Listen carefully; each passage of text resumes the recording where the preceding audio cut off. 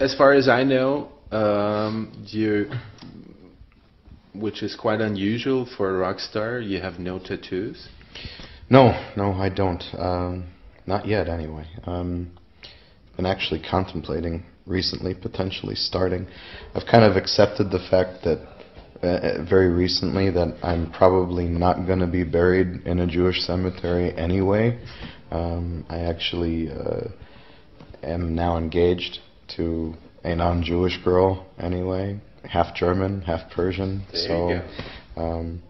I've kind of accepted that that's sort of the direction that I'm going down, and so I have not tattooed my flesh at all up until this point, because there was still the possibility in my head of being able to be laid to rest with the rest of my ancestors, and that would have prohibited me from it. But at this point, it's like, okay, am I really going to expect somebody to ship my remains to Israel to the burial plot and go through all that? And then on another level, do I still even want to? So I've been kind of, it's interesting that you bring that up. I've been actually thinking about a couple potential ones. So we'll see. My virgin skin may get some ink in it. We'll see. Maybe some engagement tattoo. Yeah, maybe. That's not a terrible idea. Not a terrible idea. There is a story. Tell us about that bad clown experience. Which one? I've got a couple of them. I've always had a fear of clowns since I was a little boy. I think I was 6 or 7 years old, and my parents thought it would be nice to hire a clown for my birthday. I had a birthday party, and the clown showed up, and he had one of these little miniature guillotines that you stick your finger in and you shove the thing down, and it doesn't actually cut your finger off. But I was 6, 7 years old. I didn't know what the hell he was doing. And he grabs my finger and he puts it in the thing, and so the minute he did that, I hit him in the nose, and he started bleeding, and that was the end of the party. And that Poltergeist, Stephen King's It, it's like, what the hell are they smiling about all the goddamn time? You know, there's always something that just sets me off slightly with clowns. I think I've even mentioned it to Sean from Slipknot once or twice. It's like, dude, that's just some scary shit. In the beginning of your guys' career, you had quite some support from Joe DiMaggio from Manowar. Yeah. How's your relation now after all these years of success? Haven't spoken to him since then, really. We're still very happy that they are as successful as they are. It's always wonderful that in this part of the world that they still are embraced with open arms the way that they are. But yeah, Joey was the very first guy to potentially offer us a record deal. He came to Chicago, saw us play at a little place called Champs that we used to play on the south side of Chicago, and sat us down for a nice elaborate meal the very next day to start talking shop. But we didn't end up going in that direction. But like I said, we still have a tremendous amount of respect for him. Since you guys play in the Western world, pretty much every place where fans at, you do Asia as well. Is there a point in the career where you think, we gotta do something very special live?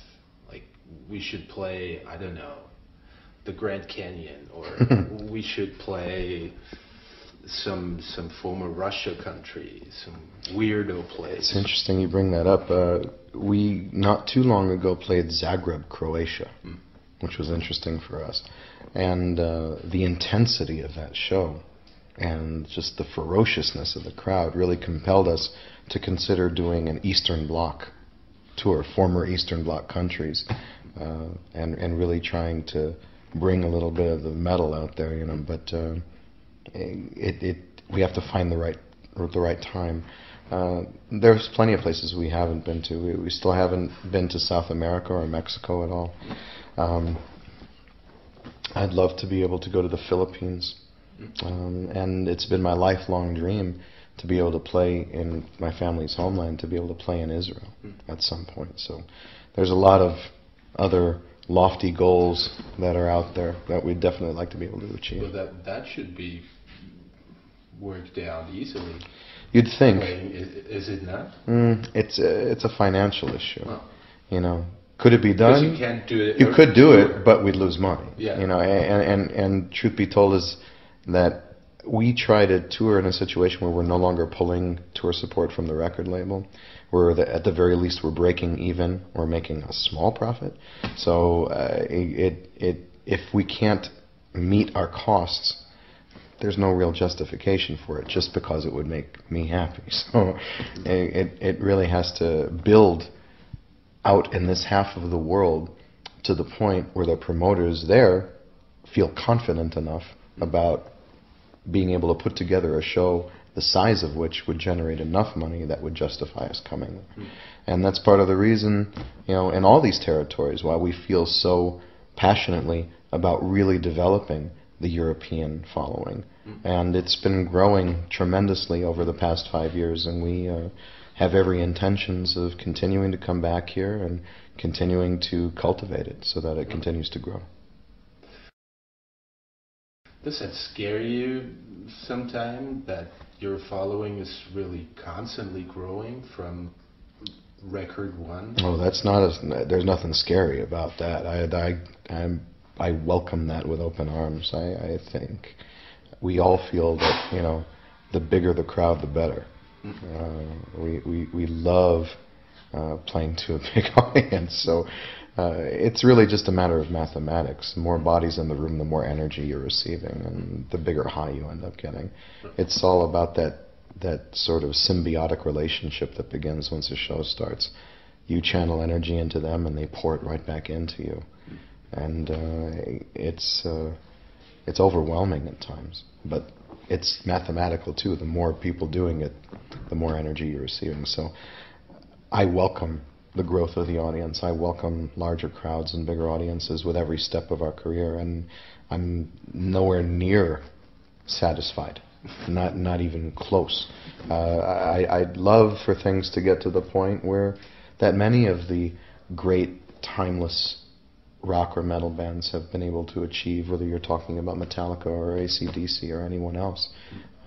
We have no intentions of going anywhere. And we'll continue doing what we do, and hopefully we will eventually cross that hurdle.